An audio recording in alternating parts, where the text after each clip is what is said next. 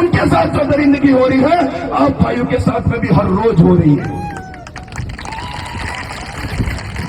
आज एक प्रतिनिधि जो जनता के द्वारा एक तरफा बहुमत देकर के अगर उनको जिता करके विधानसभा भेजा है, और जो पुरानी जो पार्टियां हैं, कांग्रेस बीजेपी जो पार्टियां हैं, वो पार्टी इस राजनीति को, इस शासन को अपनी घर की खेती समझती है। अपनी घर की खेती को समझने के बाद हम लोग जो युवा बोल करके इनके बीच में जनता के माध्यम से चुन करके विधायक एमएलए एमपी बन रहे हैं, तो इनको हजम नहीं हो रहा है। उन लोगों में कहना चाहता हूं, यह खेती आपकी 5 साल की हो सकती है, यह खेती आपकी 5 साल की हो सकती है, पर जिस तरीके से बीजेपी और कांग्रेस के अंदर वंशवाद और परिवारवाद चल रहा है, संभल जाना, सजग हो जाना, यह जनता जागरूक हो चुकी है। अगर इसी घमंड में रहोगे तो जिस तरीके से डूंगर पर बांसवाड़ा के अंदर उखाड़ करके फेंका है, उस तरीके में आपका भी सफाया हो जाएगा। हमारा विधायक पड़ोसी विधानसभा से जो भाई है वो बैठे हुए हैं, 2 दिन लसाड़िया बैठे हुए, 4 दिन यहां हो चुके हैं, आज तक भी प्रशासन ये कहता है कि पहला डेलीगेशन कुछ हो रहा है। मैं तो शासन प्रशासन से कहना चाहता हूं, लाचार हो जाओ, परेशान हो जाओ, पर आज तो आपने ये दिखाया, हम तो किसी के चमचे बन करके इस कुर्सी पे बैठे हुए ये दिखा दिया आपने आज तो। एविडेंस पे एविडेंस 4 दिन हो गए हैं, मैं निरंतर, हमारी टीम इनके साथ में रेगुलर है, पर एविडेंस पे एविडेंस दे रहे हैं, फिर भी इनको ये हो रहा है और कुछ लेकर के आ जाओ। मैं तो कहना चाहता हूं, 1 घंटे के लिए जो कुर्सी है, हमारे भी ऐसे लोग हैं, उनको दो,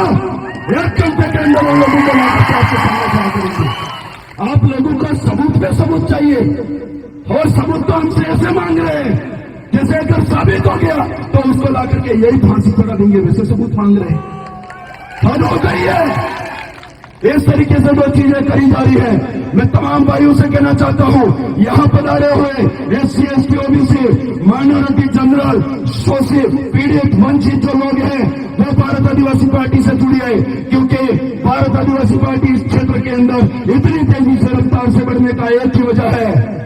कांग्रेस बीजेपी के नेता एससी में बैठ करके 5 लोगों के अलग कहते थे कि फलाना मेरा एक कार्यकर्ता, उसके घर पे ले जाकर के हेडपंप लगा देना, फलाना मेरा एक गांव है जहां जाकर के सीसी रोड बना देना। उसी उल्टी तरीके से भारत आदिवासी पार्टी ने निर्णय किया कि अगर जनता उस विधायक को जिता करके सदन में भेज रही है, सांसद जिता करके अगर सदन में भेज रही है, उसकी जिम्मेदारी बनती है हमारे बीच में आकर के बताएगा कि कहां तो हेडपंप लगाना है और कहां सीसी रोड बनाना है। यह तय हुआ, इसलिए हमारी पार्टी और भी बहुत सारे कारण हैं जिसकी वजह से। और आज आप देखते जाओ, 1 साल पूरा हुआ है कुछ समय पहले, भाई बता रहे थे, मैं तो ये कहना चाहता हूं, ये कहते हैं ना रगड़ा निकाल देंगे। अब की बार हमारा एक शब्द और है जो आप सभी जानते हैं,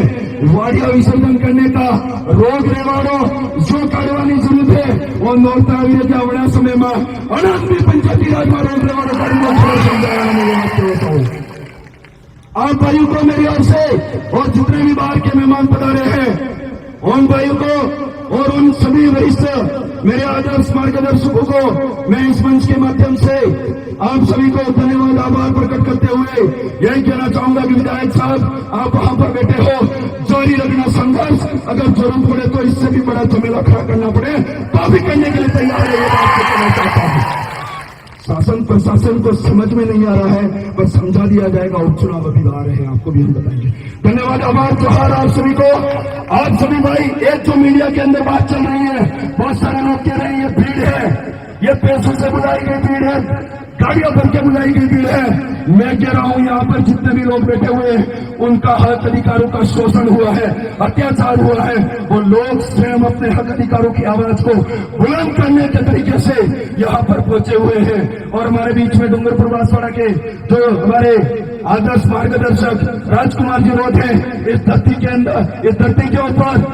जितनी हमारी कुलमताई है, उनके माध्यम से हम कहना चाहते हैं, मेट कोट वालों के माध्यम से हम कहना चाहते हैं, चुनाव के माध्यम से आपको कहना चाहते हैं कि आपको ये कुल मताई जो हमारे आदिवासियों के भारत के अंदर आती है, वो आपको इतनी शक्ति दे कि कम से कम एक रट्टू तोता जो बना हुआ है उसको सदन में भी दबोचने का काम आप करें, ये बात कहना चाहते हैं। पुरातन को उसका कमता खिसक चुका है, ये निर्णय करेंगे तो भी उनको उपचुनाव पे प्रभाव पड़ रहा है, और नहीं कर रहे हैं उनकी उपचुनाव की सीट बचाने के लिए तैयार हो गए हैं। आप तमाम भाइयों से कहना चाहता हूं, ये बात तो करके ही रहना पड़ेगा। इसका जवाब हम तार संधि के साथ जो अन्याय हुआ है, बागीदोरा के हमारे एमएलए जैकी भाई के साथ में जो अन्याय हुआ है, उसका हम जवाब 84 उपचुनाव और सरोवर उपचुनाव में इनको देख करके रहेंगे। ये बात मैं आपसे कहना चाहता हूं।